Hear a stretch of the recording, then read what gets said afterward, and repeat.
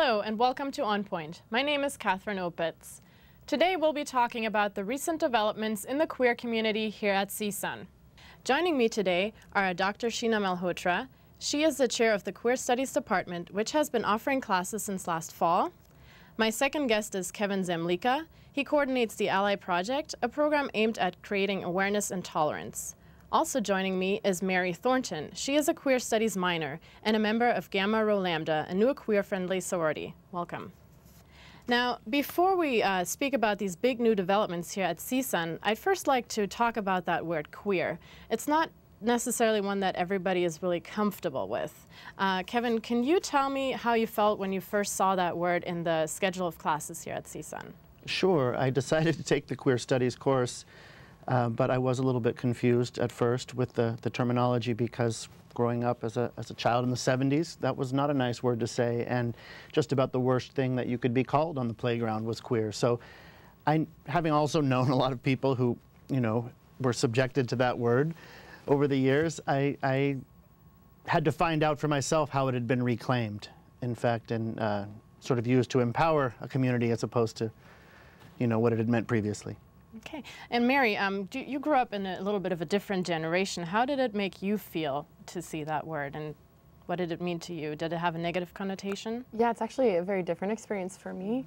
I actually started here at CSUN about 3 years ago, and coming here was the first time I started really using that terminology.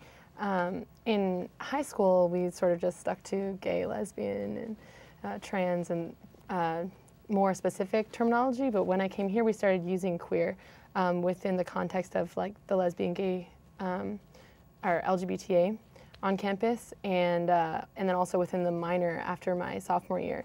So for me, it's actually been really empowering because I've started to identify with that word and with kind of the way I feel that it signifies who I am and my community. So it's been a very different experience for me than it was for Kevin, I think.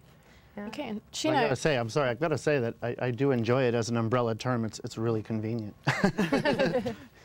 Now, Sheena, you were on the panel that decided what to name the major in the end. How did you guys end up deciding that it is going to be that term? Well, I mean, as both of you have sort of alluded to, both the history of the term queer, but also then the reclaiming of that term by the queer community.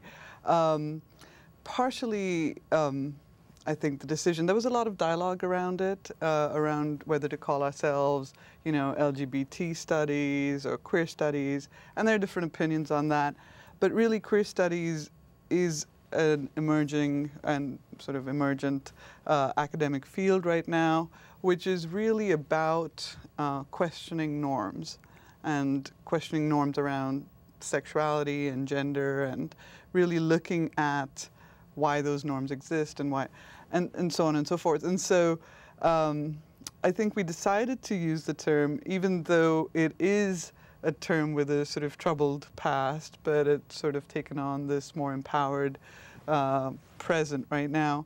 In the spirit of queer studies, to say, okay, here's what we're calling ourselves, but we can question it and sort of relate to that term in different ways as, both faculty and students who are in the program. And give us an idea how it started here at CSUN. How did queer studies come about? I think there have been people on campus for years trying to make this program happen, or sort of talking about the need for something that looked at issues of gender and sexuality. And for us, it was, I think, a happy coming together of, enough people, a certain time period in which we live, and also the support of the dean of our college is Dr. Elizabeth Say, and she was sort of the person who pulled the committee together and sort of gave us the charge of designing a program. And so that sort of was step one, and then it was a process from there. It took a couple of years to design the program and make it happen, but we're here now. Great. And tell me why, I know there's a program that has been around at UCLA for quite a while, over 10 years now. Why did it take so long to get into the CSU, or specifically here to CSUN? I think, you know, with all programs, there are political issues, definitely with a program such as this. There, you know, I think there's one. But I couldn't answer like exactly why it's taken the time that it has to get to the CSU, but CSUN is one of the first CSU campuses to have it. And once again, I think it just needed, you know, somebody to sort of step up who had the power and authority to actually pull such a committee together and say, we're going to do this, and we did, you know, so. Now, we all know it's a little bit of a tough budget time right now, and there's quite a few people who might not really agree with a queer studies program. Mm-hmm. How do you justify that here at CSUN with the recent budget cuts? Well, I think in terms of its reason to exist or its right to exist, I would say it serves a community of students who have as much of a right to study issues around sexuality as an engineering student might have to study that area, right? So I think the question is not about you know, how do you justify it in tough budgetary times versus another program? It's more, is there enough student interest to support the program? And obviously there is, because the first few classes we've offered have all filled, so to maximum capacity. And since you mentioned student numbers, how many people have signed up for the minor?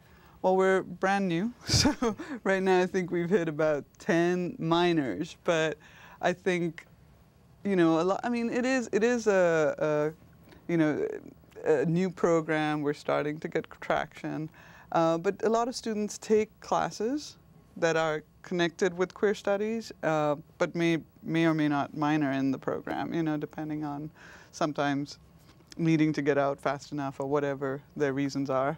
But yeah, so we're small, but we're going to grow. I was going to say, I think this is a really enriching program for the campus to have, because for me and for a lot of my friends, it's been something, I'm a minor, but I know a lot of my friends who aren't, but that you said take the courses because it's something that they're interested in and it affects their lives. Right. We have a lot of other studies programs in the humanities for ethnic minorities, linguistic minorities, and I think this was one that was missing before it existed. So I think it gives a great color and some really accessibility to queer life and queer people, for queer life and queer people on campus that we didn't have before it existed. So. And I would just add that, you know, I was very excited to be involved in the first ever queer studies course here at the university. This university has a rich history in Chicano studies, among other things, and, you know, you think about iconic figures like Dr. Acuna or something, you know, who knows? Maybe someday they'll be talking about the queer studies program in that way, and I was really happy to be involved with the first course. It was very exciting. Right. Mary, while you were talking about, you know, what it means for you and your friends, can you say a little bit more why it is important for you to study queer studies academically as opposed to just being, you know, involved in a club or something? Absolutely. Well, I think for one thing, a biggest issue that a lot of people in the queer or the LGBT community have these days is a lack of education about themselves. A lot of the problems that we have within our own community regarding discrimination or just a general lack of understanding of one's own body or sexual maturity or life or any of that comes from the fact that we don't have parents or family that educate us on these issues.